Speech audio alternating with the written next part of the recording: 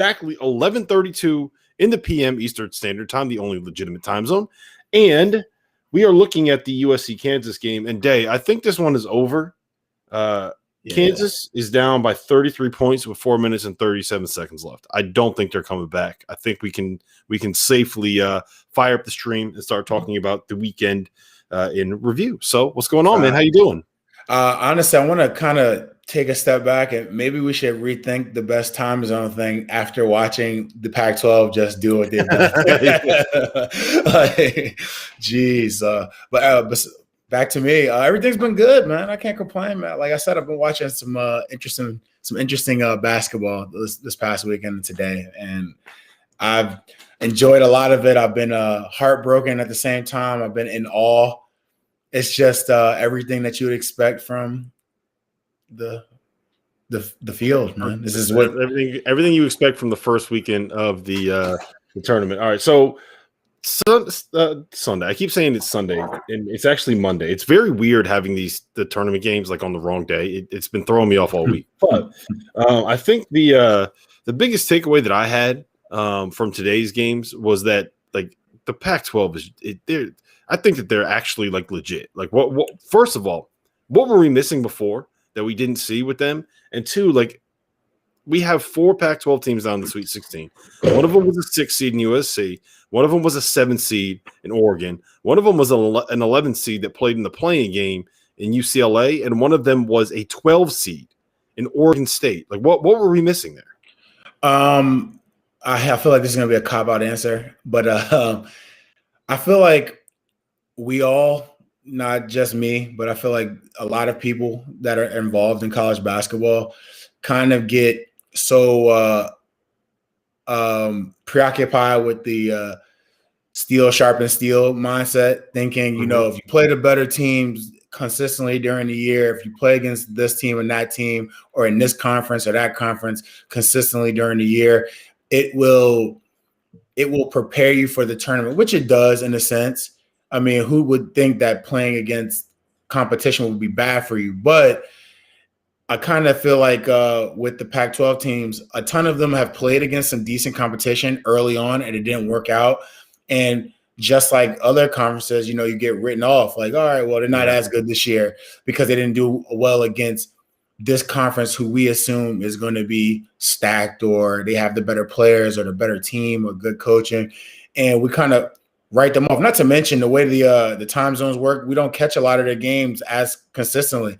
So we don't see their growth like we see, you know, a UConn's growth, or we see a Maryland's growth throughout the year. So they could kind of get overlooked. And then when the tournament time comes, I mean, these guys have been putting in work, obviously, and when it's time to play, they shine. Yeah. I have nothing but I had to tip my hat off to them, but I'm not taking this hat off. But I'll tip my hat off to them. Yeah, I think we all kind of saw Oregon coming, right? Like, I don't know if we necessarily expected to run Iowa off the floor the way that they ran Iowa off the floor, but I think we all saw Oregon coming. Like, it was pretty obvious in the moment that was a team that was much better than what their record was going to be, because, you know, they had a couple of losses during conference play when they were coming out of their pauses, and they never really had a chance to get a good one. So we saw Oregon coming. Mm-hmm. The USC thing is, to me, that one's pretty obvious, right? Evan Mobley and Isaiah Mobley, when they played the way that they did tonight against Kansas, dude, I don't know if like they could take down Gonzaga. Like, I don't even think that that's an exaggeration. Look, there were 3 plays that stood out to me more than anything else today. Like, we already know. We know what kind of impact Evan Mobley has defensively because of his ability to just completely take away anything within 12 feet of the basket and completely eliminate ball screens. But there were 3 plays. One of them was Isaiah Mobley. I think it was the 4th 3 that he hit in the first half, was a step back 3. As a 6'11" power forward that's known as kind of like a lob target a little bit, right? So he hits a step back 3. In the second half, I think it was the 3rd possession of the half, Evan Mobley grabs a defensive rebound, brings it all the way down the court, dribbles into the paint, turns around, dribbles into a post-up, has David McCormick on his back, waits until the help comes to him, and then just kicks it out to a wide-open three-point shooter for USC. Bang. Drills the 3. 3 possessions later, literally as I'm finishing the tweet to say, like, holy shit, Evan Mobley just did this, Isaiah Mobley catches the ball in the wing, pump fakes, 2 dribbles into the paint, around David McCormick, draws a help defender, kicks it out to the corner, boom, wide open three. And if those two are going to be able to do that with the shooters that USC has around them, that is a scary good team. No, it was definitely. I kind of felt like the Pac-12, as far as the tournament, I kind of thought they had a pretty, like, I don't want to say welcoming mat, like, or just, but I mean, if I look at their first game, like Oregon had VCU, which I knew Oregon would win that game. I just thought that was going to be the case. USC, who's a good team with a really good player, has Drake, who's a good team, but I don't think Drake has anybody. I didn't think Drake had anybody that would match up with Mobley, period. And their games that the next round were the important ones, Iowa and Kansas, excuse me. Those are the proven games. I'm still looking more or less to see what UCLA does the next round. But I mean, I kind of feel like what they got an emotional roller coaster of from ACU, and they beat them. They were better than them. And not to mention, I mean, BYU is good, but I still thought UCLA was a better team. But like, it's not impossible to think that if USC plays this well, that they can possibly beat a Gonzaga. I mean, do I think it's going to be the case? Nah, but it's very possible, especially if Mobley's playing well, and especially when, in my opinion, Gonzaga's kryptonite would be the inside pressure they'd have to place on Drew Timme. I mean, do I think those guards can keep up with Gonzaga's guards? Nah, no chance. But if Evan Mobley demands that much attention because he and his brother are out there putting work in the paint, then those guards can probably do a little bit more damage than Gonzaga would expect them to. Yeah, I mean, the big thing would be that you still have to get past Oregon, who has been awesome, right? I mean, geez, bro. the reason why that matchup, like the reason why they could give Gonzaga a lot of trouble is that, like, Gonzaga runs a continuity ball screen, which basically means all they want to do offensively is get their guards coming downhill off of ball screens, get Timme rolling to the basket and trying to find him on post steals. And what Evan Mobley can do is, one, take away Drew Timme's post steals because he's so long. And two, you can't, like, it's very, very difficult to run ball screens against USC because Evan Mobley is so good at playing drop coverage. And that could be a very, very problematic matchup for Gonzaga. I still think that they would win. Definitely.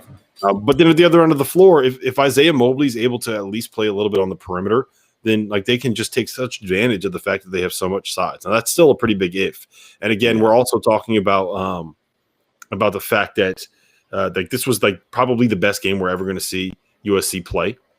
So we got to also keep that in context. But then like UCLA, that was incredible too. But I think part of this run that UCLA is on is, one, they beat a Michigan State team that like is apparently not very good. They beat BYU, who is coming from a league where, I mean, look, everyone from like the Mountain West and the WCC, I think we can kind of say was maybe a little bit overinflated. I thought they overachieved this year, personally. Yeah. They had a good team, though. I like their team. They were good, but they probably weren't. Yeah. And then UCLA beat Abilene Christian. So like they're one of those teams that got a little bit of a benefit of the draw. That's not to take, like, I'm not trying to take away from what they did, because I mean Johnny Juzang was awesome. Jaime Jacques was awesome. The dunk that he had against BYU at the end. Did you see that one? That was big. Yeah. You're talking about, is that you talking about the in OT? The one, or I can't remember. He had a good overtime. No, it was Michigan State. Yeah. Where he drove Michigan State. Yeah. They were pressing him on the perimeter, and he drives left around the dude and takes off and dunks it two hands in traffic. That was awesome. Like him though. I like him. He's tough. He could play, man. He could play. Yeah. So I mean, that was they looked really good, and then Oregon State to me is just that's just kind of like your plucky underdog story, like that. Yeah, those things happen. They matched up well with a bad Tennessee team. They played really confident against an Oklahoma State team that just was atrocious. Oklahoma State made so many bad decisions. We'll get into that. All right, so what happened with the Big Ten? I have a theory. Can I bounce this theory off you? Hey, before you bounce the theory off of it, like, what is the name of this podcast? What is the name of the show? The Dauster and Da'Sean podcast. Why? I thought it was beers and Ball. The Beers and Ball. Oh yeah, it's the Beers and Ball live stream. How could we like start the show? I've been drinking my beer. Like, no, we don't. That's not how we do things here, Rob. We usually have to talk. We usually talk about what we're drinking. We usually look. You know what? I apologize. You're right. You should apologize to these people. You must have something good over there. What do you? No, I really don't. I'm here with the Hefeweizen, the Weinsteppen. This is a nice little German masterpiece here. So shout out to the people over there in the Bavarian region. What brewery is it? Dude, I couldn't tell you. So it's like a legit German beer, like a German beer from Germany. Okay. Yes. I got a nice little Kane Brewing Company IPA going there. Tall boy. It's only a single IPA. It's not a dip or a tippa today. So it's not a competition. Don't worry about it. Yeah, it's not a competition. It's a little bit light. But I was in the mood for something. You know, it was nice out here today. It was 60 degrees out, so I needed something kind of like a little bit lighter in my life. You know, like it was one of those days where you just kind of, you know, I didn't want to. As much as I love sitting inside all day and watching basketball, like I kind of just wanted to like sit outside and drink and get the barbecue going and smoke some meat, and you know how it is. Anyway, all right. So you got these people riled up in the comments, by the way. For what did I do? Oh, they're talking there on your neck about Michigan, but we'll get into that later. Yeah, I mean, I did pick against Michigan. And I said they were I don't know if I said they were the third or fourth best team in the Big Ten. That seems something that's like maybe I said that in the preseason. Anyway, let's get it. Anyway, so about the Big Ten. Here's my theory on what's going on with them and why Michigan is still around. So the big thing about that conference is like everybody they play like a very throwback brand of basketball, right? Like everybody in the league has one of these big physical centers that can't really guard out on the perimeter. And what have we said all season long about Kofi Cockburn? Illinois gets in trouble when they face teams that can run him, put him into ball screens, and make him have to make a decision out on the perimeter. And that's precisely what Loyola did. They were able to get him, put Cameron Krutwig into it was like DHOs and dribble handoffs off of like multiple screens, and be able to create a kind of action that forced Kofi to have to be the guy that was kind of guarding somebody that they didn't send him any help, and he couldn't do it. Like that's how they were able to just slice Illinois' defense apart doing that. And when you combine that with the fact that Loyola is very, very, very good defensively, that's problematic long term.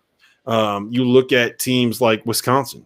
You know, Wisconsin is always going to have two bigs out there. So when you have to go up against a team like Baylor that spaces the floor, but it's going to pressure the hell out of your guards and is going to take away opportunities for you to be able to get entry passes into the post and take advantage of your size, you know, that becomes a problem.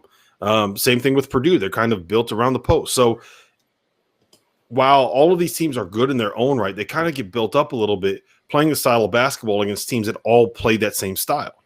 And when you get outside of the conference and you start facing some of these teams that are able to space the floor and that are able to play a little bit more modern and that are able to get shooters out on the perimeter and pull bigs away from the basket, that's the kind of thing where you run into trouble, and that's why you see them end up losing games. So the reason why I think Michigan is still here is I do believe that they probably have the closest thing to a modern NBA roster because they can still put out even without Isaiah Livers there, they can still put like Franz kind of playing that 3-4 role and Shandy playing that 2-3 role.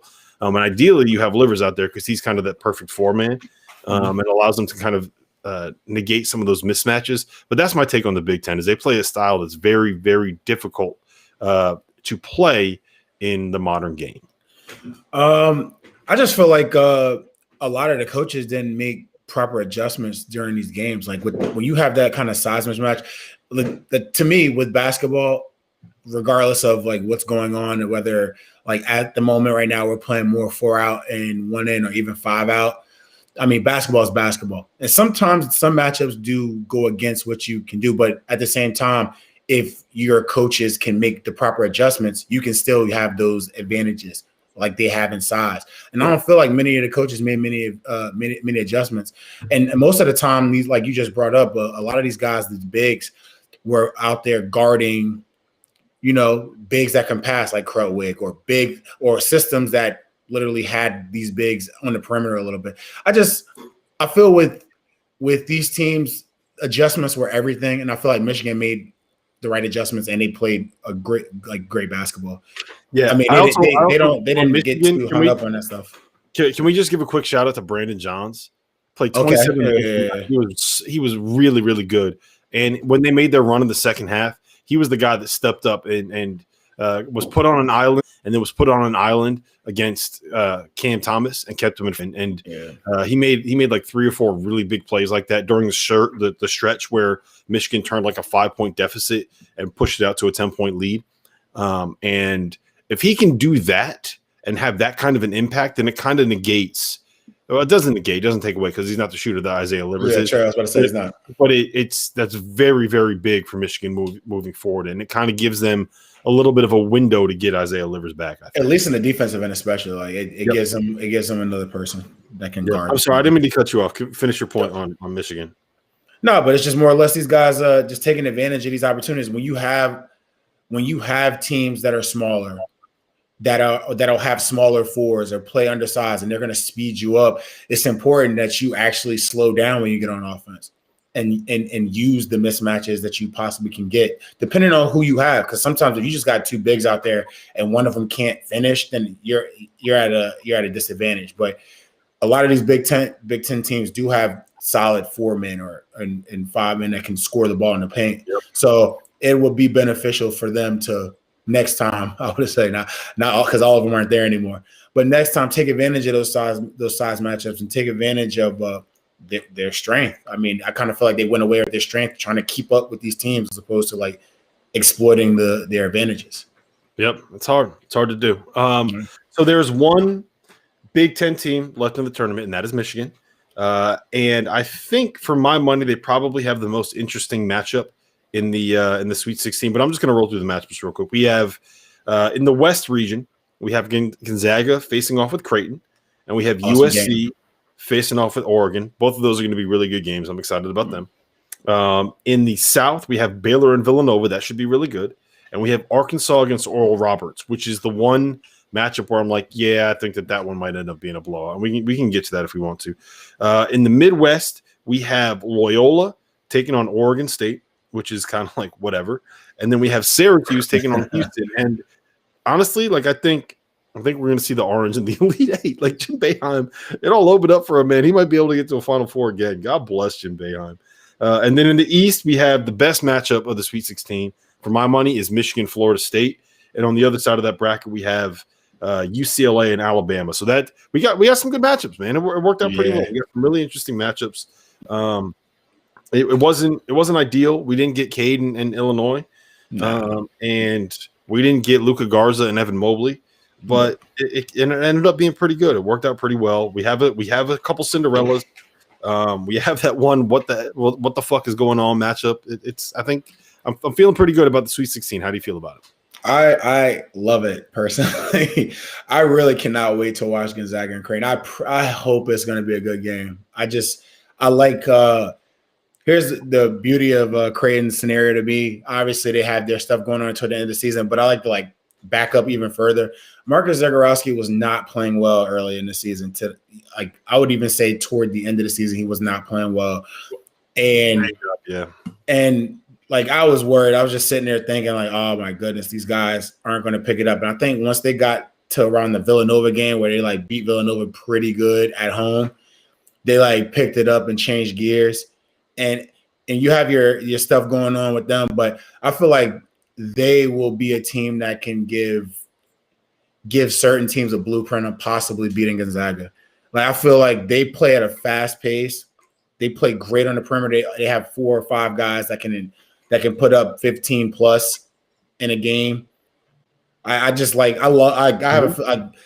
Denzel Mahoney is an amazing basketball player. I'm a really big fan of his, and I expect that to be a good game, and I expect Leonard Hamilton versus Juwan Howard to be an amazing game too. I'm excited to watch that game. So on Creighton Gonzaga, I do actually think that Creighton is built to give Gonzaga some problems because when they can go to their 4-guard matchup or 4-guard lineup, Like Mahoney can chase around Corey Kispert and can probably body Kispert at the other end of the floor. You got Damian Jefferson, you have Mitch Ballock, and you have Marcus Zagorowski, and those guys can match up with Creighton's 4 guards. They're not going to stop them, but they'll be able to put up points at the other end too. The one place that I think there's two things, two reasons I have a concern. I think that you really need Christian Bishop on the floor because of what he brings, but I just don't see him being able to stop Drew Timme in the post. Like I think Timme will get whatever he wants against Christian Bishop. And it's also just kind of feels like Gonzaga Creighton is Gonzaga light. Does that make sense? Like it's just they want to do the same things. They kind of play the same way. They kind of have stars at the same positions, but you just take every player on Gonzaga at the same position over the same player on Creighton. And at that point, it's just kind of like, well, who are you going to take? You're going to take the team that has all the better play. Like, who would you take, Jalen Suggs or Marcus Zagorowski? You're probably going to hate me. I like Zagorowski right now for what he does for his team. You know, and what Suggs does for his team is important, but you also have to know that that team is running through Kispert and is running through Timme. Even though Suggs is the point guard, that team runs through Kispert and it runs through Timme. Well, you just obliterated my point, but I'm just saying it's just like I love Suggs. I think Suggs is going to be like a top 10 pick. That's just what it is. But for what as far as that matchup does, like I feel like the onus is going to have to be on Suggs to guard Zagorowski. Like he's going to have to guard him. It's not going to be the team doesn't. When I look at Gonzaga, they're not going to just let Suggs do whatever he wants for that game. I feel like Kispert is going to have a little bit more leash. I feel like obviously Timmy's going to have a leash. Of course, Suggs is going to go out there and play, but it's not going to be able to take advantage of. I don't think he's going to be able to take advantage of Zagorowski like that. Right, I feel like Zagorowski is going to have the ball to do what he wants to do. He's the leader. He's the scorer for their team. So I love Zagorowski. I'm not laughing because like I don't love Marcus Zagorowski. I had him as a second team All-American last season. No, Sean Michael is murdering me in here. He's like, what? Yo, the comments I love it. They're so funny and they're like I can't even keep I love Sean. Sean's keeping it a buck with me. He's like, no, I don't agree with you, bro. Yeah. And like we had some real like Big Ten battles and Big Ten rivalries going on in the like I can't even keep up with them, man. Like shout out to everybody in the comments right now. You guys are killing me. We're trying to do a show here. I'm trying to stay serious. I love it. I love it. So like look, okay. Can you concede that most people would probably take Jalen Suggs over Marcus Zagorowski? Of course. You concede that one. I like Zagorowski. So who'd you take? Corey Kispert or Mitch Ballock? Come on, it's Corey Kispert. That's not even close. So who are you taking? Are you taking Andrew Nembhard or are you taking Damian Jefferson? Isn't Jefferson more of the 4? Well, they swore out. It doesn't really matter. I'll probably take Nembhard. Yeah, that one's. I was thinking more Denzel. I was thinking more Denzel Mahoney. Well, it's Denzel or Joel Ayayi. And I know you're probably going to take Denzel, and I'm taking Denzel. I think I might take Denzel there too. But like Joel he does all the little things for Gonzaga. Like, there's a lot of stuff that he doesn't pop in a box score. And I mean, like that one's a close one. But I'll give you this: 4 out of the 5 positions that we went through, most people would probably take a Gonzaga player over a Creighton player, and that's why the matchup ends up being problematic. So the other matchup that's really, really exciting is Michigan, Florida State. I cannot wait for that. I think it's going to be a rough matchup for Mike Smith, and that's the concern that I have here is that when we see – so the comparison that I'll give is Virginia when Kihei Clark plays because he's really the only other small league guard that I can think of off the top of my head.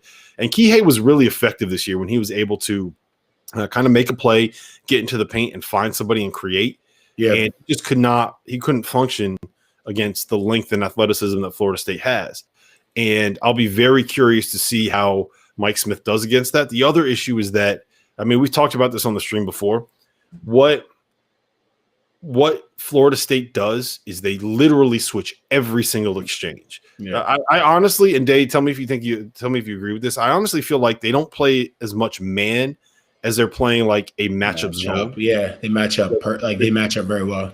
Yeah, so it's kind of like a combination of both.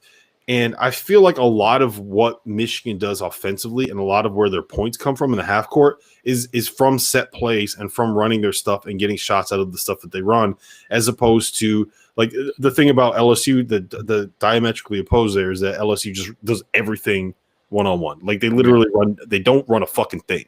They just go out there and they're like, okay, it's Javonte Smart's turn. Okay, it's Trendon Wofford's turn. Okay, Cam Thomas, you go in the mid post and shoot over whatever little guard is guarding against you. He's a bucket, by the way. I love that guy.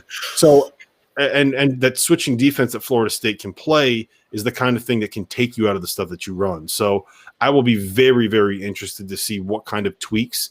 Look, you give Juwan Howard 4 days to come up with something, he's going to come up with something good. So I'm really looking forward to see like what he comes up with and how he deals with that, because it's similar to like, I mean, Maryland kind of runs the same stuff. Like there's a lot of teams that do it. No one does it better than Leonard Hamilton and Florida State. Yeah, I wonder how Juwan will approach this, like more or less. At the end of the day, like Michigan runs their offensive sets. Yeah, they run a bunch of sets, and it's a team. They run a lot of team offense, no one-on-one stuff, but more or less it's to get the ball to a certain spot, whether it be Dickinson or whoever the play is designed to get to. But because Florida State, so I feel like it won't really matter. I mean, they have length everywhere. As long as they get, I kind of feel like they take advantage of Florida State not being extremely like big as I feel Michigan will be with Hunter Dickinson. I don't really think it'll be that big a deal. I think Michigan will win. So, want to hear a crazy stat that Steve Berkowitz from USA Today just tweeted out? Talk to me. The top 14 highest paid coaches in college basketball are all out of the NCAA tournament right now. They've all been knocked out. Only 2 of the top 20 highest paid coaches are still in the NCAA tournament. Can you guess who they are? Scott Drew. Nope. Scott Drew is not one of the top 20 highest paid coaches in college basketball. The hell is he doing? I also think the data that he's using is public school data, and I don't know if Baylor or Villanova or Gonzaga are going to be listed there. But no, he is not one of the top 20 highest paid coaches, according to Steve Berkowitz. Neither is Jim Boeheim. Neither is Mark Few. Neither is Jay Wright, which is just crazy to think about. The 2 highest paid coaches that are left in the tournament right now are Mick Cronin and Dana Altman. Mick Cronin just got that job too. So, yeah, he would be one of the highest paid. Yep. All right, so let's get into our first weekend superlatives. I think this will be fun. I'm really excited about doing this. All right, so let's start with who was your MVP of the first weekend of the NCAA tournament? This was tough. I had a hard time making this pick. Yeah, I had a tough time. I mean, I was trying to pick between. I mean, Ismus and O'Banner were amazing. Hold on. I know it's easy. I like Shawn Michael here. Like I like. Yeah, I love him. I saw that earlier. I started laughing when I saw it. I was like, "That's hilarious." It was tough. Right, so MVP. I'm sorry I cut you off. It was tough. It was obviously numerous games. Asmus was great. O'Banner was great, but I had to go with Buddy Boeheim mainly because Buddy Boeheim beat San Diego State, who's ranked in the top 15. They beat West Virginia, who's ranked in the top 13. And if I look at everyone else's route, not counting Oral Roberts, like Oral Roberts, they beat Ohio State, who's ranked 2, and then Florida, who's probably in the top 35 or something like that. If I look at Buddy Boeheim and him putting up 30 both games, I probably had to go with him. He was entertaining to watch. Man, he was good. Yeah, he did not miss. He literally did not miss, and he talked shit the entire time too. It was it hurt. I said this to Goodman the other day. To me, it's so funny when Buddy Boeheim talks shit because he looks like he's 11 years old. It's weird. He only gets the beard patches right here because you can kind of see the 5 o'clock shadow coming in, and he's got the little kid haircut still, the young kid haircut that looks like he just had his parents shave up on the sides, and he comes out there and he just hits daggers and he's snarling at you and he's staring talking shit under his breath. And his name is Buddy. And I'm a bucket. Jerry McNamara is on the sideline just talking shit. It's like a whole ordeal over there. I was sitting, as soon as I forgot Jerry McNamara, I was sitting as soon as he made that, I forgot who made the 3 in the corner. And I'm sitting there, I'm like, damn, this is hell of a day. So like by principle, I hate Syracuse, but like it's so hard to hate the Syracuse team because these dudes are just so cocky. I love it so much. I love it. It was an awesome it was an awesome game. I enjoyed that game. So I had 4 names written down. Well, actually 5 names. But I didn't want to go with one of the guys from Oral Roberts because I feel like if I went with Max Asmus or Kevin O'Banner, I would be doing one of the others a disservice because I think that why they are so good is because of how good each of those 2 guys are in their role and the scheme that Paul Mills puts them in. So I didn't want that's kind of why I leaned. Does that make sense? That's kind of why. No, definitely. Because I couldn't really pick because I'm like, all right, well, we know how much attention Asmus is getting, and we see how well O'Banner's playing. It's just like they're very, very much complimenting one another, and they're doing a great job doing so. So I came down to 4 other guys. One of them was Buddy Boeheim, so I'm going to just cross him off because you already went with him. Thank you. One of them was Justin Smith at Arkansas. Okay. Shout out to Arkansas. I just thought like he was so good playing the small ball 5 role, and the way and how good he was in that position is one, the reason why they all of a sudden blew Colgate off the floor, and 2, the biggest reason why they were able to take down Texas Tech in the second round. The third guy I had written down was Johnny Juzang. Like he was so good, dude. The first half against BYU, like there was a 4-minute stretch where I swear to God he hit 17 threes. And I don't know how many he actually made, and I think he finished with 27 for the game.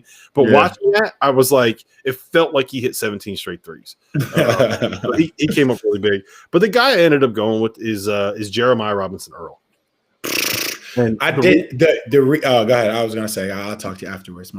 Just the biggest reason why is because they kind of have turned him into the creative outlet of their offense, right? Like we were all worried about what they're going to do for point guard play, and they kind of made Jeremiah Robinson Earl that guy. Like they get him the ball at the high post or at the mid post. Their favorite place to get him to the rock is like that half circle between the foul line and the 3-point line at the top of the key. I don't know what you call that, but it's like 17 feet away. And just square somebody up, get him the ball, have him reverse pivot, square up a 5, put 4 shooters around him, and let him go.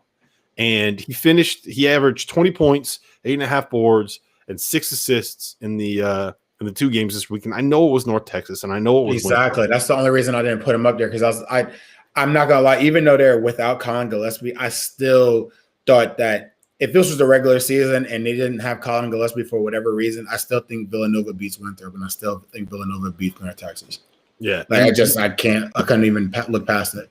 Yep. The other guys that I did have on my list were the Mobleys, but again, like I was making this as the game was playing, so it was kind of like we had to prepare for this before that game started. So the Mobleys are absolutely on that list, and I will definitely be talking about them later on. All right. You see the comments there.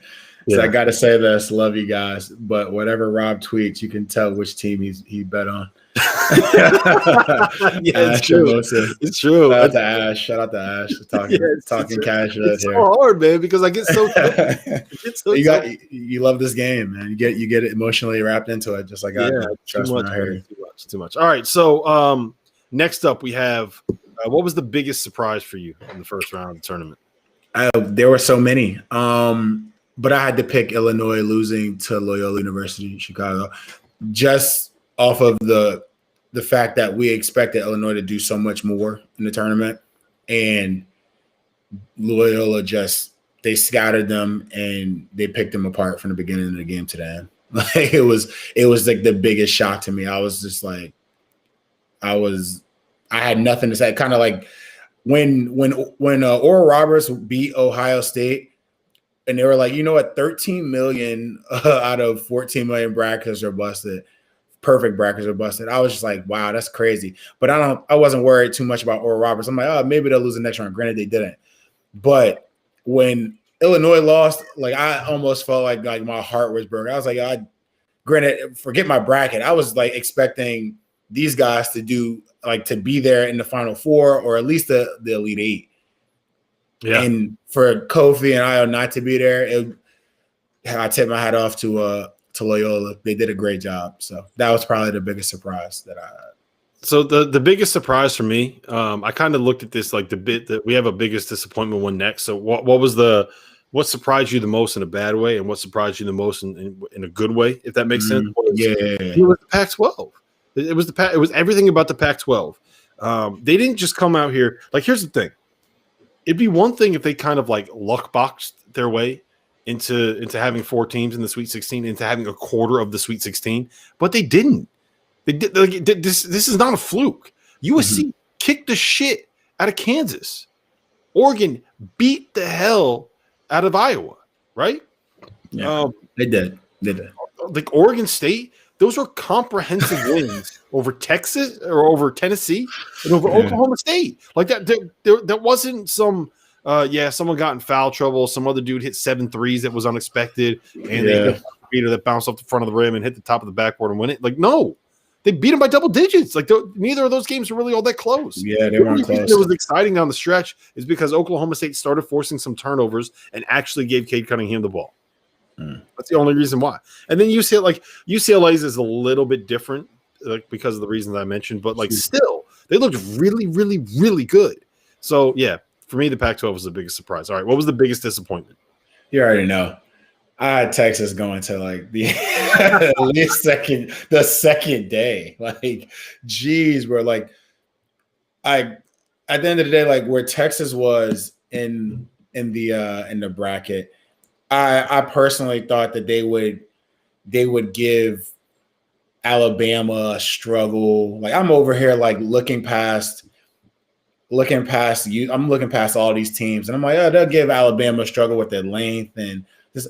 And these guys go and they have a nail biter with Abilene Christian, and then they end up losing. And I was just like, yeah, this like that was the cherry on top for what I expected, like what I thought the tournament was going to be, and what it has been. It was great. Think about this: like, they fouled. Granted, it was a stupid foul. Coleman fouls a 50% free throw shooter, who knocks both of them in at the very end of the game in the NCAA tournament. It's just like, geez, man. I expected Texas to make the next game at least. So yeah. I was kind of disappointed in how they played. I was disappointed in like just everything about the game. I thought Shaka Smart could have did a little bit better with I do not understand why he did not start pushing the tempo. I couldn't see it. We can't function against their half-court defense because our guards cannot handle this kind of ball pressure. So what are we going to do? We're going to walk it up and play even slower and give them more time to find a way to make exactly like all season. Courtney Ramey and Coleman have been pushing the ball in transition, and they've been finding guys to shoot, and then obviously Jericho Sims and these guys that run the floor, rebound, and they do what they do. And they did none of that. Like, it was some of the worst basketball I've seen Texas play all season, and surprised they lost. So yeah, it was really bad. For me, the biggest disappointment overall was just the Big Ten. Yeah, as a whole, like I really thought that this was going to be like a breakout week for a guy like a Jaden Ivey or someone like a Trevion Williams. I really thought that Illinois was going to come in here and just blow everybody's doors off. I really wanted to see Luka Garza make a run. Like I think that's the thing that sucks the most about this is like we're never going to see Ayo play again in college. Like, we're never going to see Luka Garza play again in college. It feels like we kind of got cheated out of seeing those guys play in the biggest moments because they got knocked out early in the tournament. So cheated themselves. It's tough. Yeah. For me, that's less of a disappointment of like, oh, I'm so disappointed in you, and more like, oh man, it fucking sucks that we're not going to see those teams get a chance. Yeah. That's more or less than what it was for me too. All right, what was the best game that you saw this weekend? I honestly couldn't tell you the best game. One of my favorite games was Rutgers versus Houston. I enjoyed Rutgers and Houston's game. I didn't get the scoring. Scoring productivity I thought I would get out of Ron Harper Jr. But the game was really good, and it was awesome to see. I mean, it wasn't awesome. How can I play? It's weird. It was like I was happy to see Giroux get out there. Like, he subbed into the game and limped them to a victory, basically. granted, he wasn't like, the guy that was putting up numbers and everything like that, but his production and he helped them get to a victory. It was fun to watch that game. I enjoyed it. It was a lot of fun. I'm loving the. Oh, bro, I'm telling you, I'm living in these captions. The comments are great right now. Poor Illinois. I know. I love it.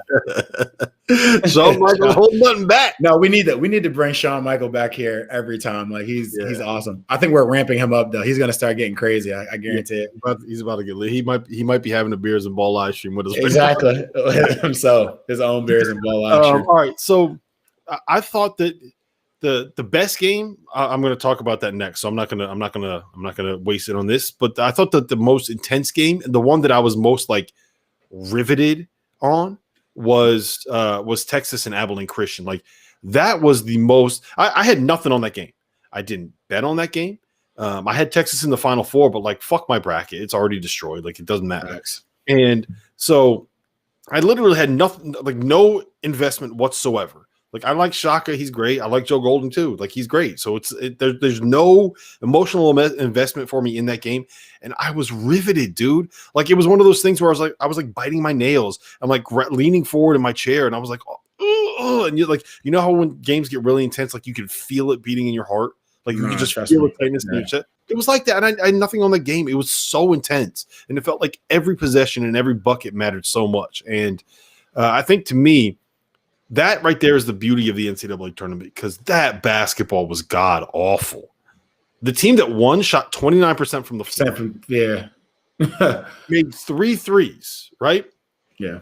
29% from the floor and made 3 threes and forced 23 turnovers. Like it was horrible. It was horrid. Their last 4 field goals were like runners that were just like, oh, I'm going to throw this up. That would bank in. It was horrible basketball, and I could not take my eyes off of it. I was so locked in and so stressed out. And yeah, so for me, that was I don't know if I would call it the best game, but that was what I was just kind of like, okay, yeah, March is fucking here, bro. All right. What was the most memorable moment for you? Memorable moment? I mean, Oral Roberts just ruining everyone's bracket. I mean, they just like the first day. I'll remember like I sat there and was like, you know what, Ohio State is going to be just fine in this tournament. I can see them getting to Sweet 16 or Elite 8, and just because EJ Liddell is a really good player, bam, smacks me right in my damn mouth first game.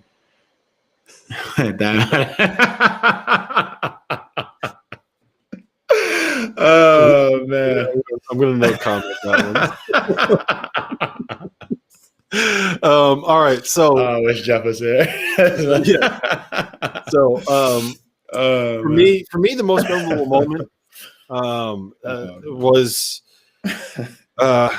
it's weird. Like the thing that'll stick to me about it was the Oral Roberts and Ohio State game for sure. But the thing that will stick with me the most was Dwayne Washington down the stretch. He shot them out of that game, man. And, yeah, we talked about that all season, though, bro. Like, yeah, like he's the reason why they almost beat Illinois in the Big Ten title game, and he's the reason why they could not get a good possession down the stretch against Oral Roberts in the first round of the tournament. And it was just the image of him after missing that shot, that like he had a wide open look from the top. Like you can literally not ask for a better look to tie the game when you're down by 3 than what Dwayne Washington took at the end of the game. And like he bricked it pretty bad. Like it wasn't really all that close. Like when you're missing off to the right like that, you did not, like you didn't get a good shut off. You didn't get a good release. He wasn't shooting that confidently. So the image that I'll always remember is like those ones more than anything else, especially in that moment. So I felt so bad for him, man. Like, look, I don't know if I've told the story before, but when I was a junior in high school, there was a team in Connecticut called Hill House High, which is like that's the juggernaut. Like that's the best basketball program in Connecticut, especially in Southern Connecticut. They got D1 dudes every year. They got players going to like the A10, like some high major leagues every once in a while. And when I was there, they had a kid named Robert McIver. Everyone called him Fluff. He started at Providence and he transferred to Houston, and he ended up averaging like 25 a game as a senior at Houston. Just a stud, like absolute bucket. And when we played at their place, they beat us on a buzzer beater, right? And then they came back and they played at our place. And look, this was the best that we had played all season long. I think the score was 75-74. They were up. There was like 6 seconds left, and some dude on my team drove and kicked it out to me, and I got a wide open look from 3. And like I let that thing go, and I start backing up because I thought it was good. Like it felt, when you shoot it and it feels good. Like yeah, I was doing like that backwards thing with my hand up, and like the shit hit the back of the rim, and then hit the front of the rim, and then popped up in the air and fell out. And I was like, you got to be fucking kidding. How did that not go in? And I still think like that was a meaningless high school game 20 years ago. And I still think about that like every once in a while. I hate to say it happened to such a good guy.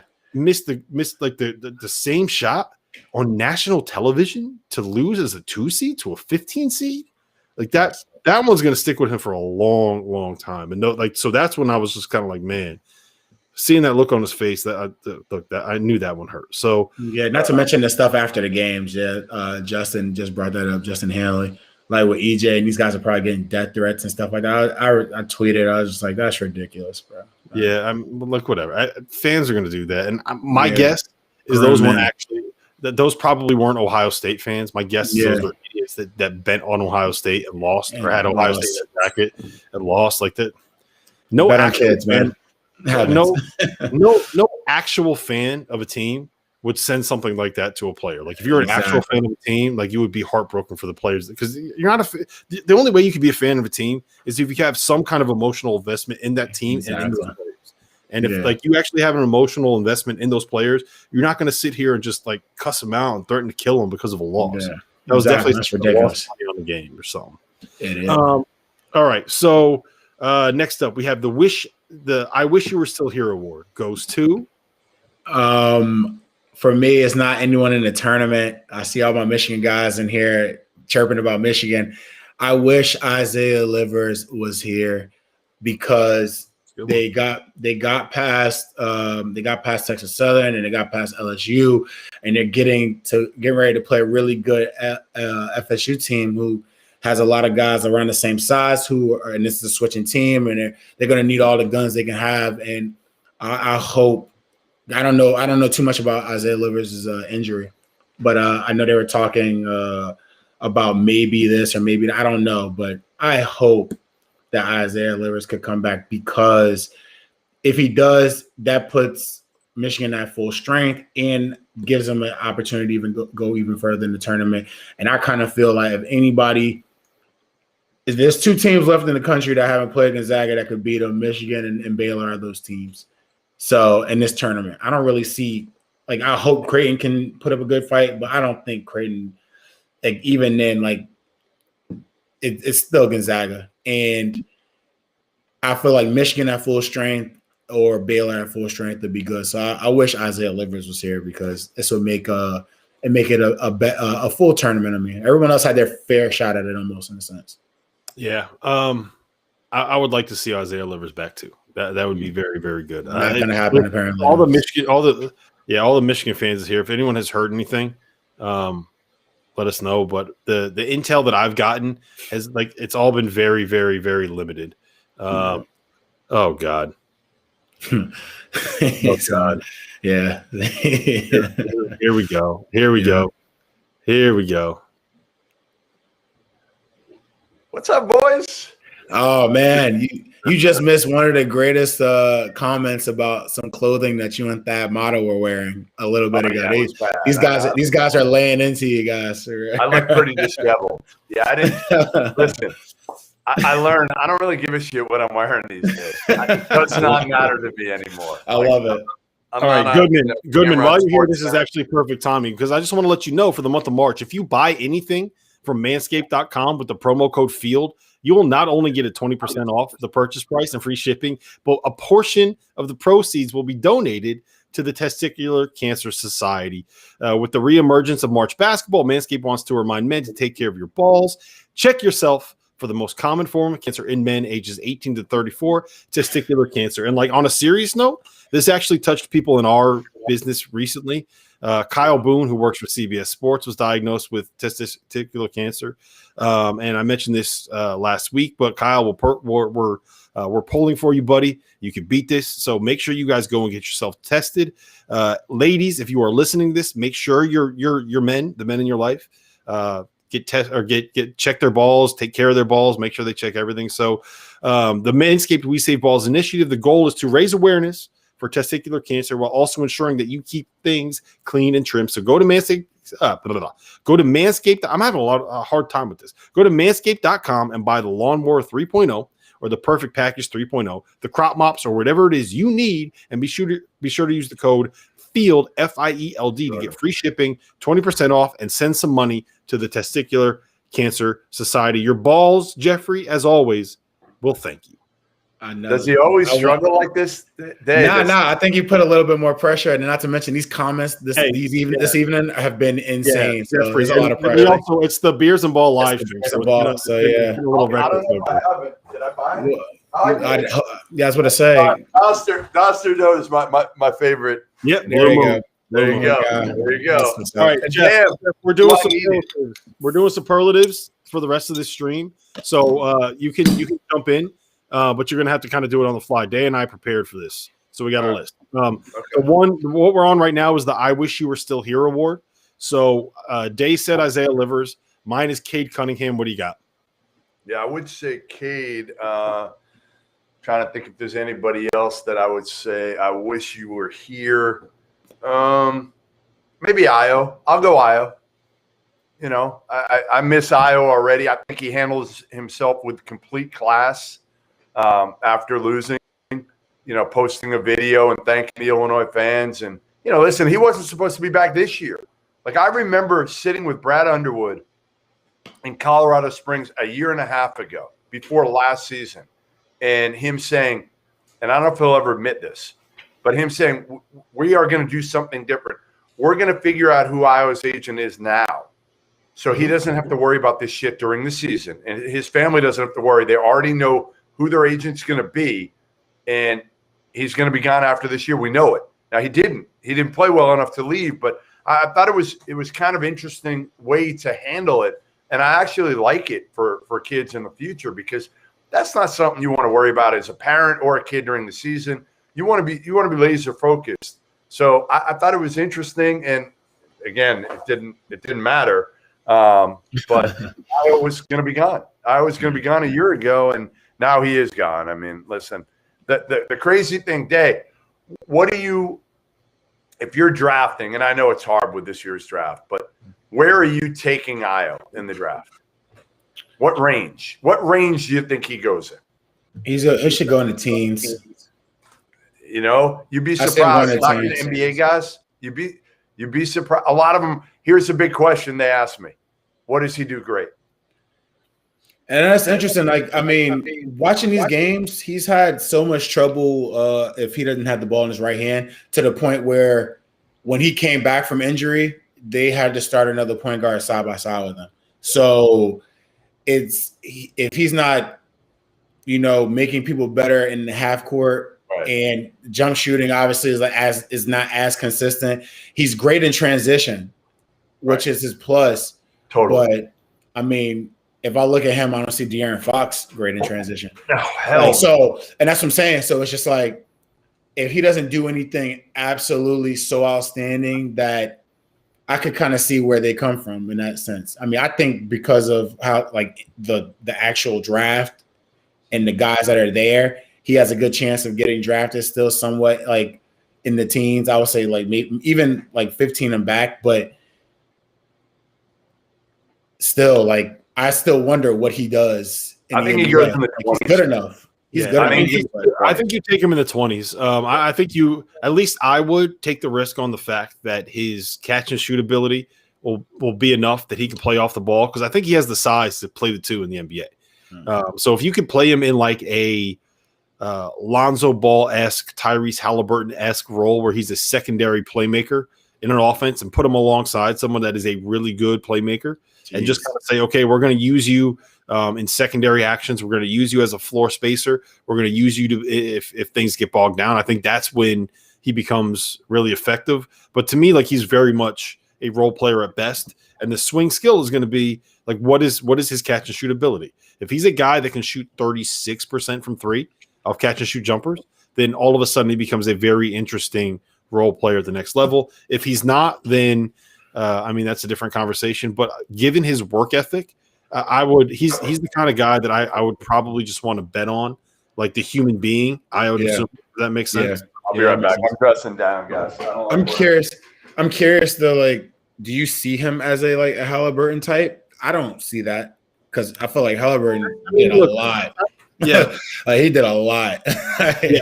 Look, Tyrese is a great. I was a big fan of him. Yeah, I was going to say. He is a great passer, and I think Io is good, not great as a passer.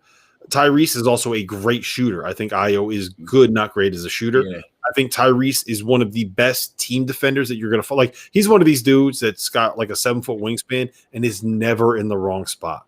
Like, he always makes the right rotation. He always makes the right read. He's always in the right position to tag a roller or to be in help side or be in the charge. Like, all of that stuff. He's always in the right spot. And I don't think Io is any of those things.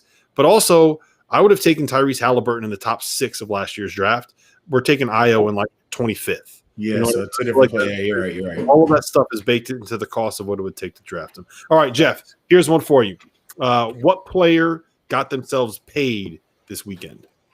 What player got himself paid this weekend? Yeah. How about this? Dave, why don't you go first while Jeff thinks about it? Yeah, you got to give me. I picked Kevin O'Banner. Bro, like, you're playing on a team with the leading scorer in the country. He averages like 19 and like 8 or something like that. And obviously they're going to need his scoring. And what does he do? He comes out and gets freaking 30 and 11 and against Ohio State and then 28 and 11 against Florida. Like, if it may not be NBA, it can be anywhere. I mean, I feel like either way, he set himself up to get himself paid because he played against a freaking a top 10 team in the country and kicked their ass. So like he's got film. He's got film to run with. so you stole mine. I'm glad. I had 3 other guys listed. See, you always have like 3 guys in the cut. That's if you went first. Because what I'll do is I'll go through it. I'm just reading off my notes, so I'll go through all of them just so I have like everything written down. The first one I wrote down was Chris Duarte. But also like I'm obscenely high. Don't use them all. You're gonna leave nothing for me. Don't start reading out 5 names. No, I'm not. I don't think you'll have these guys. Actually, I'm not going to say the second one because it's a perfect one for you. I think you'll take it. The last one that I'll have is Raekwon Gray at Florida State. Like I really think that this dude should be somewhere in like that second round range. I don't know if he'll go this year, and honestly, I think that he's probably better off coming back and losing a little bit of weight. Like I think he's a little bit heavy, but I mean he does everything well. He can pass the ball. He can play off the bounce. He can shoot it a little bit. He's got the size. You can play him. He can guard 4s because he's strong enough. I really, really like that dude. And someone said Jason Preston. I actually thought terrible today. No, he hurt himself today. I was there. I was going to say, like, I thought it was the fact that he could not. 2 games, personally. Yeah, he could not get around. Can I tell you, talking to NBA guys that were there today and seeing him in person, and I love him and I want to love him. Like his story is amazing. He's a great kid, but he's not a great athlete and he doesn't shoot it well. And that's a bad combo. You better be one or the other. I think he actually does shoot it pretty well. I don't think he shoots it well off the dribble. He's off the catch. And to me, the fact that he can play off the ball a little bit is what makes him intriguing because I don't think he's a full-time point. But the fact that he also couldn't get around like Kihei Clark or Virginia's athletes or Creighton's athletes like that. That's Mahoney did a good job posting up. Mahoney did a great job. Denzel Mahoney. He's also a monster too. Like that dude he's a beast. He's a great defender. He's the guy that took away James Bouknight in the Beast. Like he is very, very good. Love Denzel Mahoney. All right, Goodman, this one should be very easy for you. Actually, I'm sorry. You didn't do the player that got paid. What player got paid? The guy who did this? Am I going with Jim Boeheim's kid? I mean, you got to go with Buddy Boeheim here, don't you? Yeah, he's my MVP of the weekend. Yeah, I mean, listen, he's got size and he can shoot the shit out of the ball. Okay, so like if you have that and you're not a disaster defensively, and even if you are a disaster, you still have right? He might be a disaster defensively. And your name's Boeheim. He's in his zone, Somebody's going to throw you a bone. and to me, it's going to have to be the right team, obviously. But a guys like that, and like this kid is like the best kid in the world. He really is. So yeah, he will not be a lottery pick, but he can make. I think he's going to have a chance to make a team just because he shoots the shit out of it, and he's so even keel. Shooting makes up for a lot of warts. It makes up for a lot of warts. All right, Goodman, this one is right up your alley. Which coach got paid this weekend? I mean, Porter. Like, who else? Porter Moses probably. I got another one. Porter's the obvious one. I got another one. Yeah, I mean, I think Porter probably gets Marquette. I really do. I think he'll be the next coach at Marquette. I don't have it like inside info yet because they're still going through it. But he's heavy in there right now, and I think he's the guy. He's certainly the guy if I'm at Marquette, and I'm hiring. I'm hiring Porter Moser, absolutely. Yeah. Day, who do you have? All right, this guy's not going to leave anytime soon, but when it's time to get read up, he'll get paid, I think. I'm going with Coach Wayne Tinkle. I mean, he's been there for like six years, and he's had okay seasons, but this season they win the Pac-12 tournament for the first time in school history. He beats UCLA, he beats the rival Oregon, and he beats Colorado to win the Pac-12. And then he gets to the Sweet 16 against two teams that are like top 20 teams with Tennessee and OK State. Like, he's beating some pretty solid teams to get where he's at right now in the tournament. So I feel like, granted, I don't know where he's at in his contract, but I feel like he'll be there for a little bit longer because of this run that he's had toward the end of the season. Yeah, he definitely got himself an extension. Yeah, for sure. 100%. And that was the guy that I was going to have listed. And Sean he's saying Juwan Howard got himself paid with this tournament. No, Juwan Howard got himself paid with this season. 20 years ago. He got paid 20 years ago. One, his bank account is 9 figures. Like, he's been getting paid. So and it doesn't matter. Like, here's the thing with Juwan Howard. Okay, so he could probably go to the NBA next year if he wants to. I'm serious. Like, an NBA team will probably offer him a job after this cycle. But one son is there. Another son is coming. He's not going anywhere. It'll be there for him. It'll probably be there for him in 5 or 6 years. But you coach your kids. Like, that's special. That's something that you'll never have another opportunity to do. I think there'll be the opportunity to coach in the NBA again for Juwan Howard once his kids are out of there. Mm-hmm. I agree. And yeah, like I said, he got himself paid for this season, not just this tournament, for this season.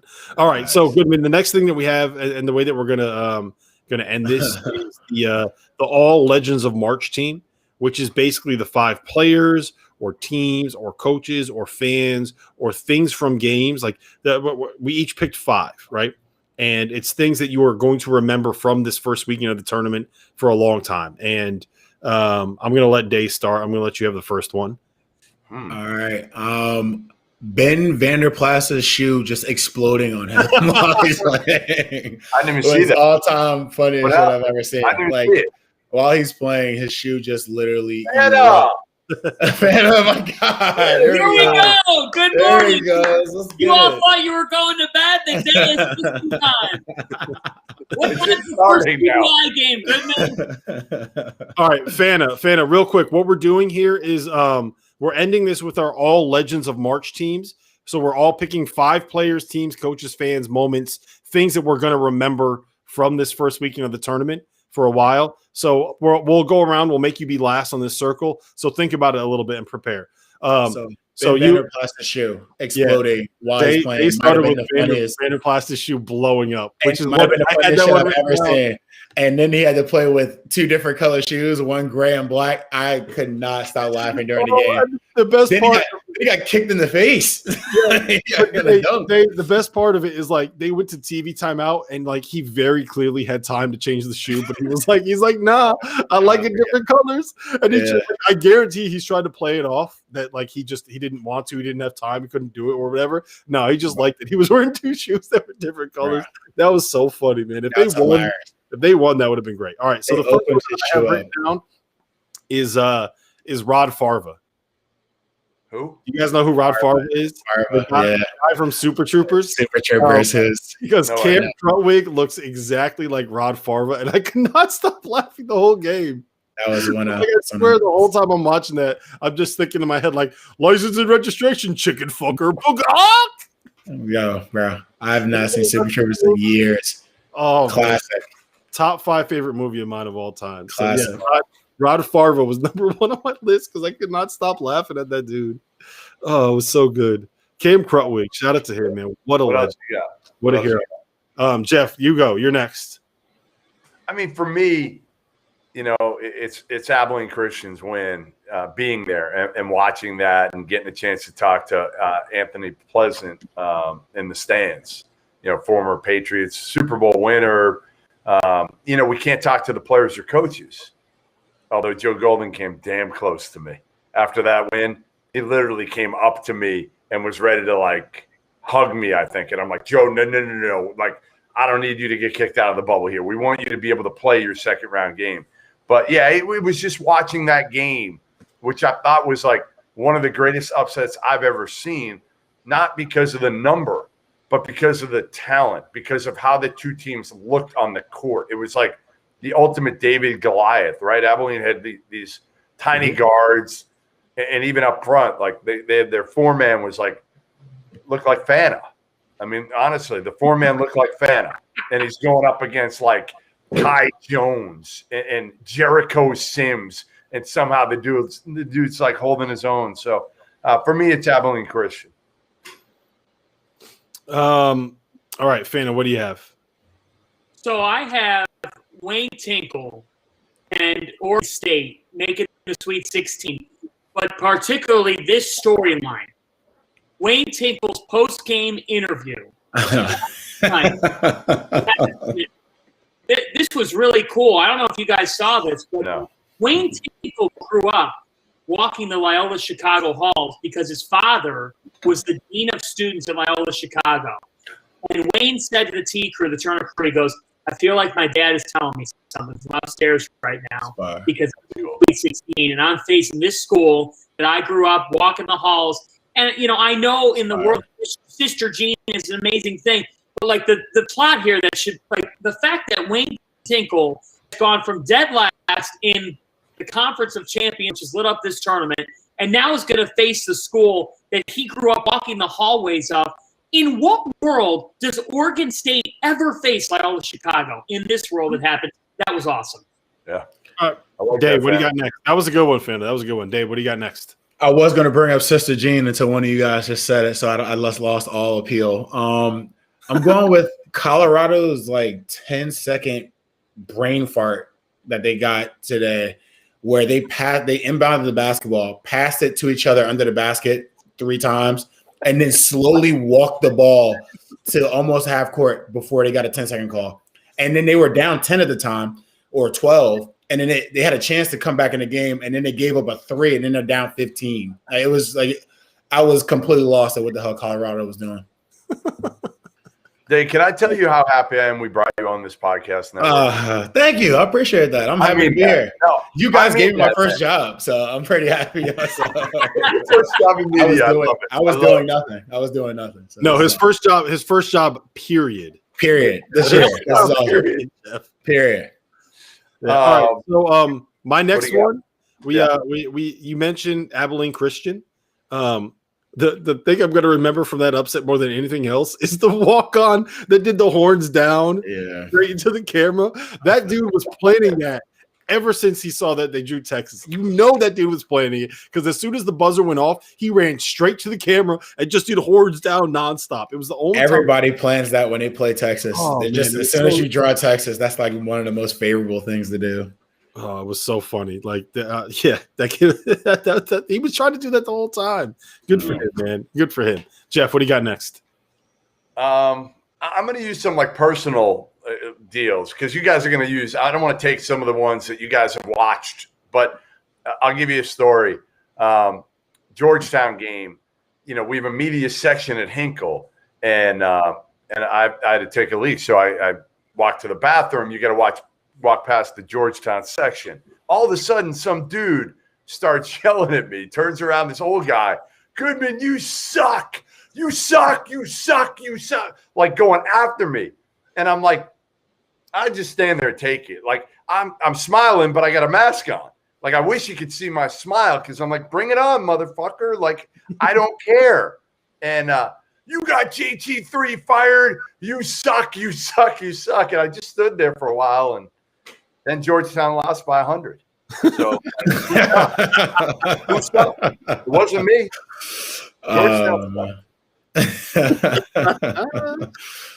After Georgetown, terrible. All right, Fana, what do you got? Oh, I've got the Muss Bus. Taking the bus onto a table at Hinkle Fieldhouse. I was there. If you ask me right now, what is the most intense game, and I think, Jeff, you would be able to reflect in person, you could feel it through the TV. Hinkle's been the best venue, and Arkansas and Texas Tech play at this level that you can't believe they're sustaining the level throughout the game. You combine that with Kevin Harlan calling the game, and it feels like every dribble is massive. That was my favorite game of the weekend in terms of just how much it seemed like it mattered, and it was a round of 32 game. No, you're right. You're right. That was insane. And Muss's celebrations, they're completely over the top. Yes. Completely over the top. Ridiculous. Borderline ridiculous.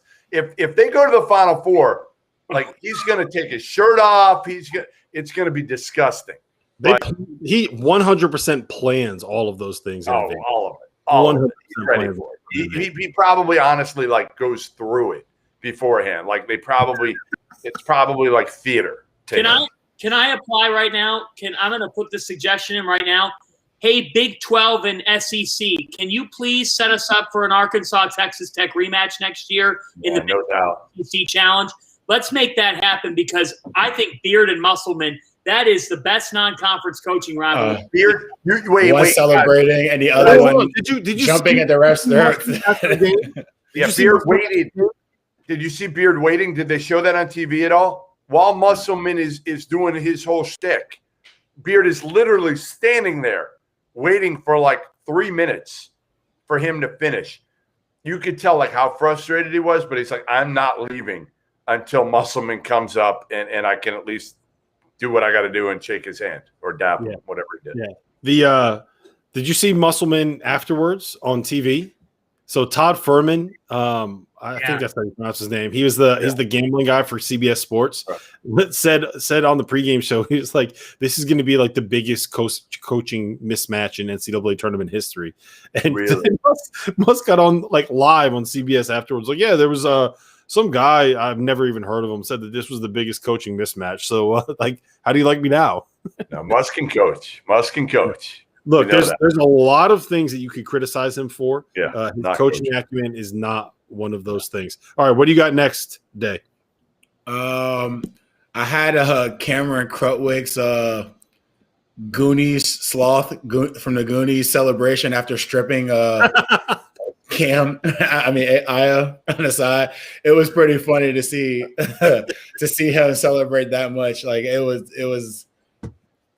You never really get a good look at a person's face during the game, and I saw him and immediately thought of that, and I couldn't stop laughing.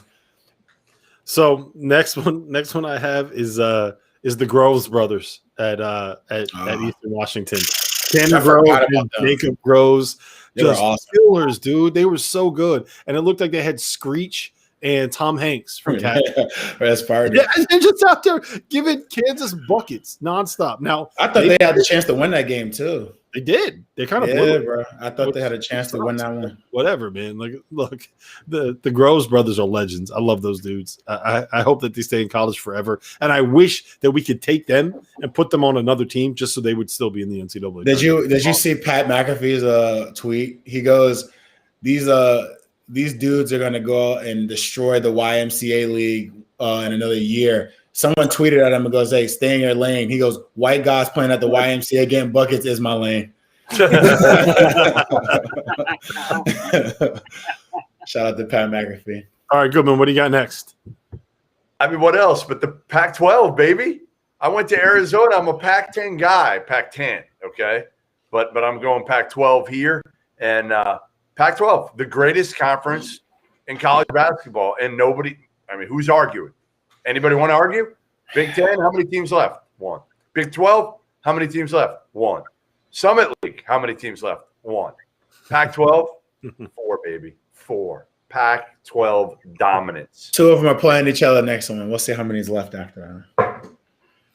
All right, what do we got, Fanda? What's next? Well, I think I'm going to go right off the Pac-12. I just think it's amazing that the first night of this tournament, Mick Cronin and Hep Cronin get to enjoy that moment together. And Hep Cronin has to be on cloud 9 right now because he's basically, he's so used to being with his son. And people don't know this side of Mick. They don't see this side of Mick. And I actually think, Jeff and Rob, you'd be better at identifying this. But Mick Cronin came off as this, at Cincinnati, the guy that nobody liked, and he's kind of a little jerk, and Xavier fans only made it worse. And all of that. I've almost think that going to Los Angeles for Mick Cronin has been a good thing for kind of his rep. This is huge for him because the biggest thing was he can't make the NCAA tournament run.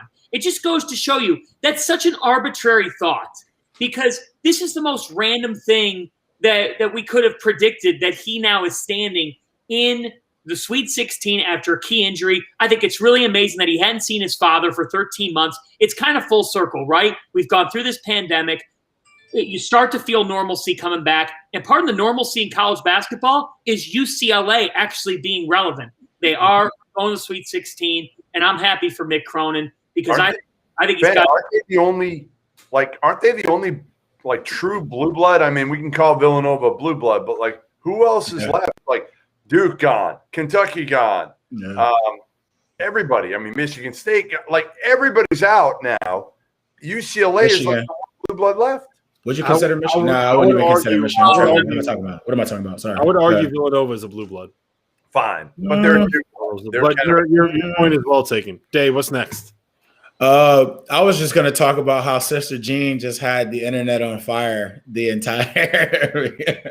entire Loyola run. Like everyone was talking about Sister Jean and her scouting reports, basically. So scouting. Rob, come on. I thought that was hilarious. I thought I had everybody. I'm Sister Jean out. Ran with it. Everybody ran with it. It was 2 days. It's 2 days. Everybody ran with it. It was a fun. It wasn't nearly as bad as last Final Four. You probably weren't here, Dave. No. It was out of control because people were there, so they were all talking to her. I was actually like right next to her in a room at Hinkle, and I don't know. I just feel like, you know what I feel like, and maybe I'm wrong, but I feel like Sister Jean takes away a little bit from the Loyola accomplishments of the players because so many people focus on her instead of the players. That's just me. Look, it's a fun story, but it's also kind of like, okay, like we get it. It's Sister Jean. She's a nun. I love basketball. Like, awesome, great. Let's move on. You have a team that can get to a Final Four again from the MVC. They right? refuse. They refuse. Yeah. They refuse. So the only other thing, I wrote down Kevin O'Banner and Max Asmus, but I feel like that's kind of easy. We've gone over. So the last one that I've written down, which like legitimately floored me, I could not stop laughing when he did this, is Fran McCaffrey today. Second half, they're down by 20. He's sitting there. He's got the mask on, right? And he's sitting there and he's screaming at the officials, just like laying into him with the mask on. And the camera pans over to him and zooms in on him. And you see him like hair going everywhere, right? And then he goes and he sits down in a huff and he lays down and he pulls the mask off his face and he just screams, "Fuck!" and puts the mask back on. He pulled the mask off his face to scream "fuck" as loud as he could. And then put the mask right back on. Oh, I was dying. I feel like you need to as a coach when things aren't going right and you know you're going to get ousted. It's just like, I'm going to let the referees know how I feel. Like, I'm not letting you walk out of here without letting you know. He spent a full minute cussing out an official with the mask on. And then goes to the bench, pulls the mask down, yells "fuck," and puts it right back on. What would you do? Like, if you feel like you're getting a raw deal, granted they weren't. They were just getting destroyed. But still, you're not going to see that referee for another like 5 months or whatever. I'm letting you know what I think about you personally. I was dying. All right, Jeff, what do you got? The Indiana fans.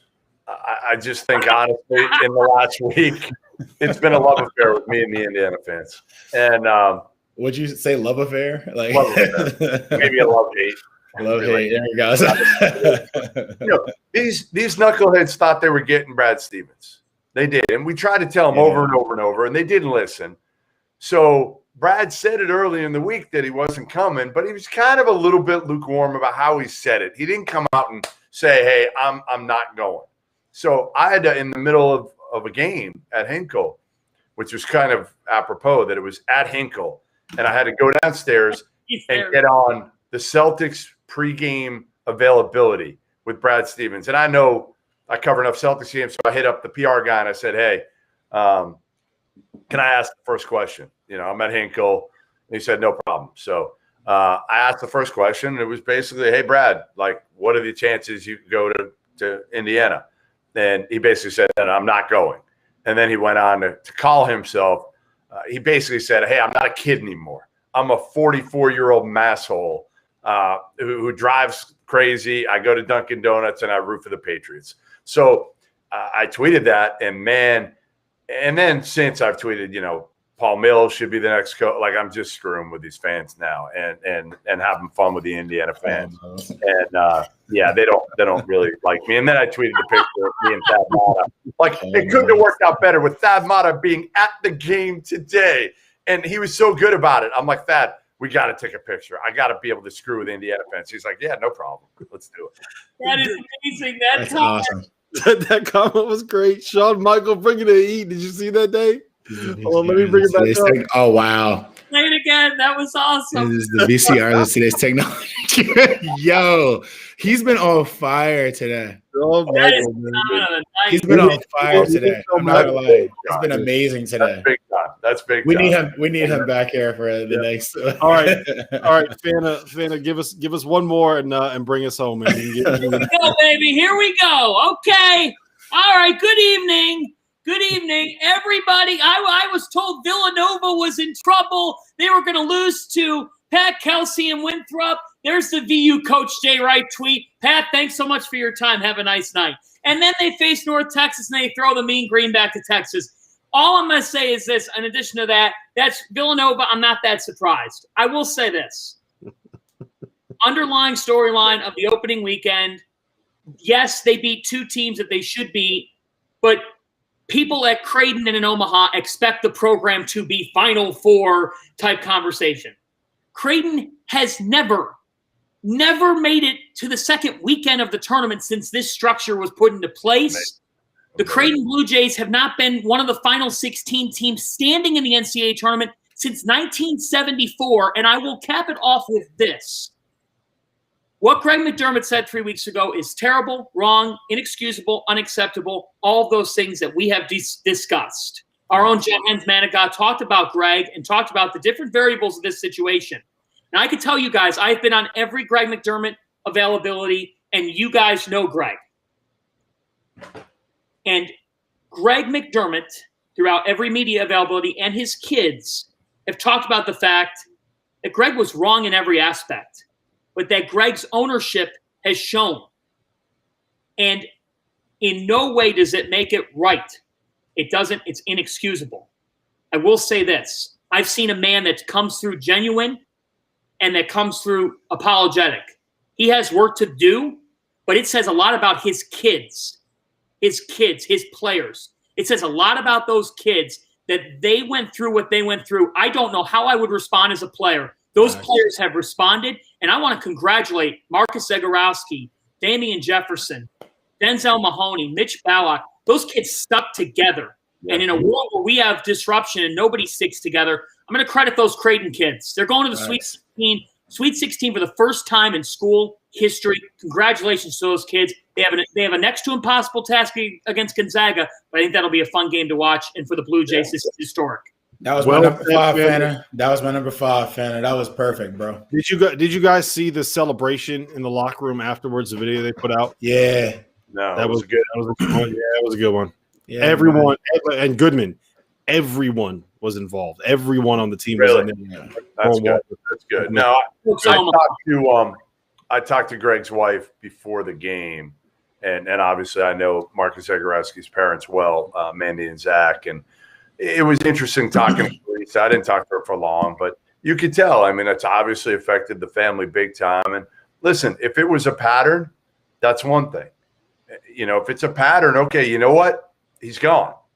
But it wasn't a pattern, and it was like, I don't want to get into it, but it was obviously a huge mistake. And like you said, Fanta, he's owned up to it, and ultimately, it's cool that these players have done something that hasn't been done there in so long.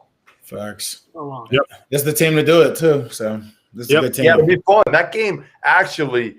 All right, can we, before we get off, can we give us the one game? You might have already done this. The one game we're most looking forward to in the Sweet 16. What it is?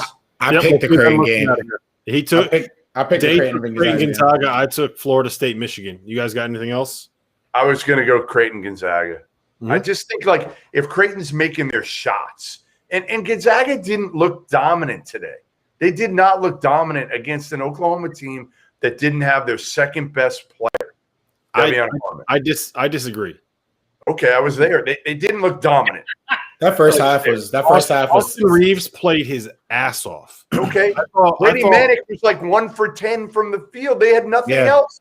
They had nothing else, bro. And why? Why? Because Devion Harmon had COVID. That's why.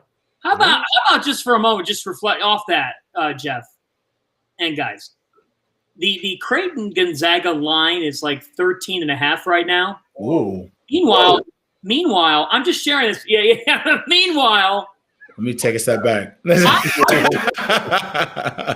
will say, I'm a little bit surprised at this.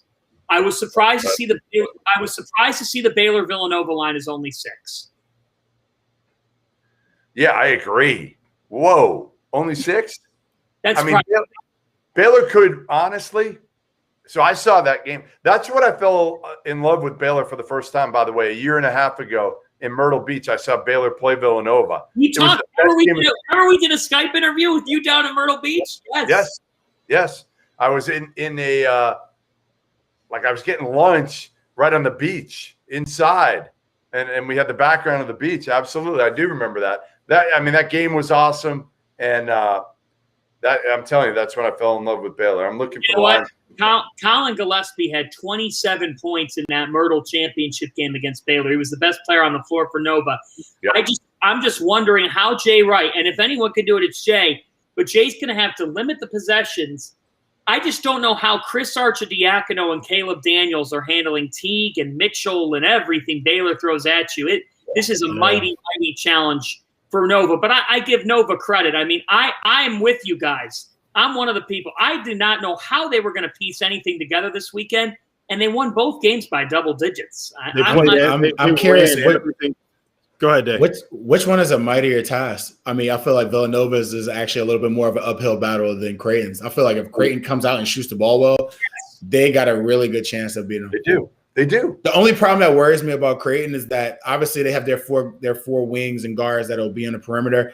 Kristen Bishop isn't the type of guy that's going to catch the ball in the post and put any pressure on Drew Timme, but he is going to ball screen and roll his ass to the basket and hopefully get lobs and or catches and swings and stuff like that. So I just wonder what kind of pressure they can put on the bigs, because that's where they're susceptible to lose that. Yep. One thing Nova's done when they have pulled off a shocker. Last year they played Kansas at Wells Fargo. Kansas was a better team at the time. Nova won the game by a point. Yeah. You know what Jay Wright did? He said, he went Rolling Massimino. He took the air out of the ball. He took the shot clock down to 10 every possession, and he said, then we'll move and we'll get a high percentage 3. Okay. But I'm shocked, honestly. Like, this Villanova team is still – they beat Winthrop in North Texas. I don't know how they compete with Baylor's backcourt. If there's anybody that can do it, it's them. But I would give Creighton more of a shot just because I think Creighton's got more firepower. What I would say to that, Fanta, is what I expect Villanova to do is play. I don't know how much the Chris Arcidiacono is going to play. I think they'll go with Justin Moore kind of at the 1, but then just run everything through Jeremiah Robinson Earl again and try and dare them to put Flo Thamba or JTT on him at the 5. And I think what will happen is then the move that Scott Drew will do is then put Mark Vital on Jeremiah Robinson Earl, and I think that would be a tougher matchup. But then you're looking at a situation where you're going to have 4 guards. And I think that what Villanova can do then is find a mismatch somewhere. Whoever Matthew Meyer is guarding, or whoever Maceo Teague is guarding. Try to get them in a situation where you can kind of get them going against a closeout or something like that. So I think that there are ways to do it, especially with the way that Jeremiah Robinson-Earl is playing. But that's a tough matchup. And then, so my take, Day, I told you this before, my take on Creighton Gonzaga is Gonzaga and Creighton basically do the same things and want to play the same way, but Gonzaga has a better player at every single position. Go to the list. Go to the list and tell, like, we went through. I already got castrated while I was on here. The group they were not happy with me. Yeah, I did not like when Day said he'd take Marcus Zagorowski over Jalen Suggs. I was like, for what Marcus Zagorowski does for his team versus like what they expect from the top two scorers for Gonzaga to do for the team. Jalen Suggs isn't one of the top two scorers, so Zagorowski has more opportunity to go out there and be more aggressive because that's what he does for his team. You know, that's the problem with Zagorowski. Honestly, I don't think he's selfish enough. He's not selfish enough, but he also is their leading scorer. And if he needed to be, I feel like he would go that route. I just feel like with their team, they have 4 to 5 guys that are going to average double figures. Yes. Zagorowski's the catalyst.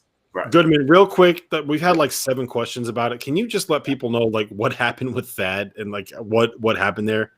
Thad it was a incorrect report that Thad Matta got hired and failed the physical. And put it out. So I asked that. I literally asked that, and he's like, "No, it's complete BS." So, hey, did you guys see? I have to tell you this because it was classic. Did you see the tweet?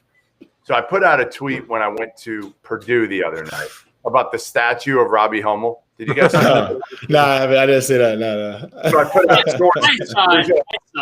I put out sources. Robbie Hummel's statue is in the works here at Mackey.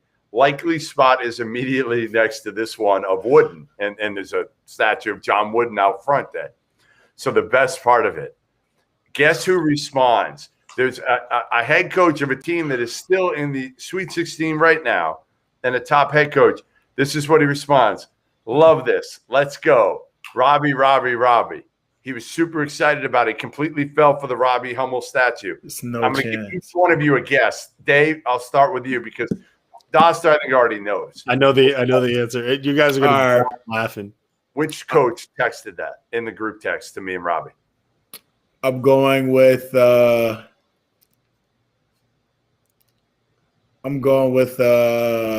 Nate Oates.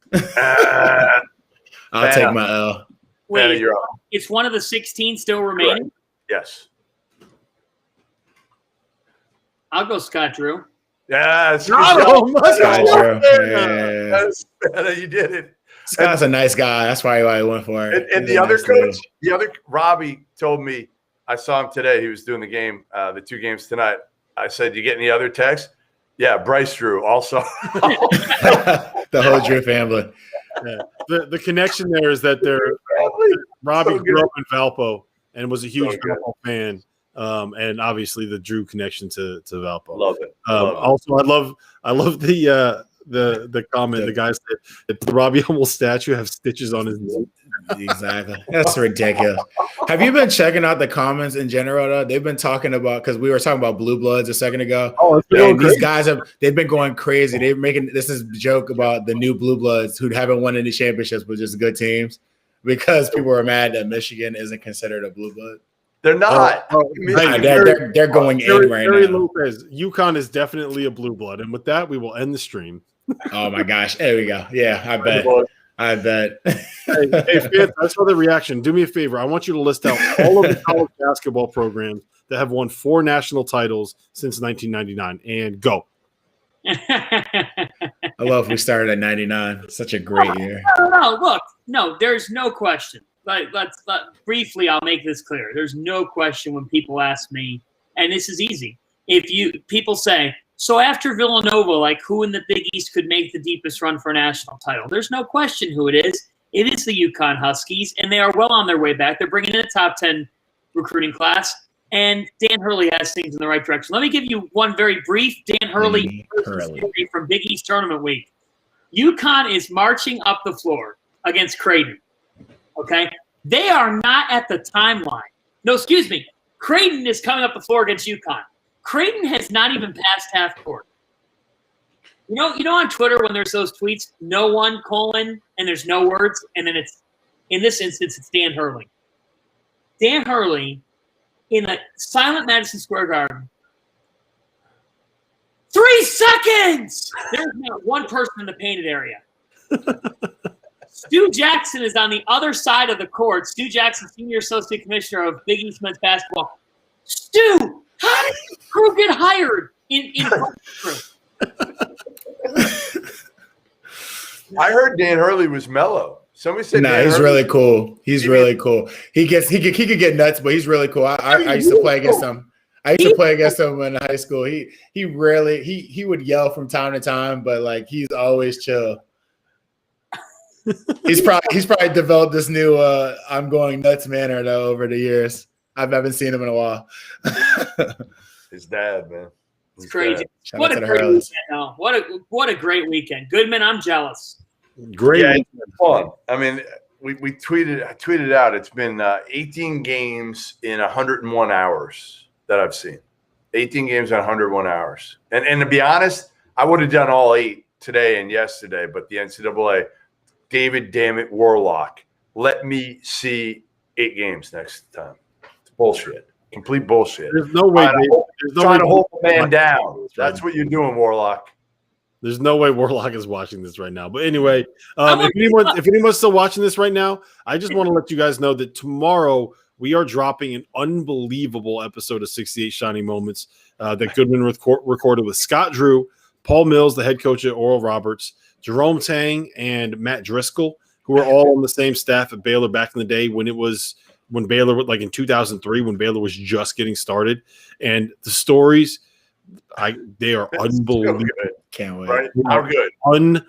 I was honestly, like, you were like, oh, this is the best thing I've ever done. And I was like, yeah, okay. Like, Goodman has a propensity to kind of hype things up a little bit, but I listened, like, I swear I was laughing the whole time. So it was make great, sure right? you download that tomorrow.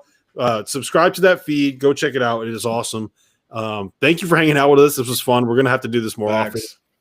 Dave, yeah, I mean, why am I never invited on this? I had to crash. It's our show. We got a show going here. No, this is bullshit. This is where we do business at, Jeff. We're bringing Fanta back. Bringing Fanta back. Fanta's definitely got to come back. I'll listen to Fanta all the time. I love Fanta. I love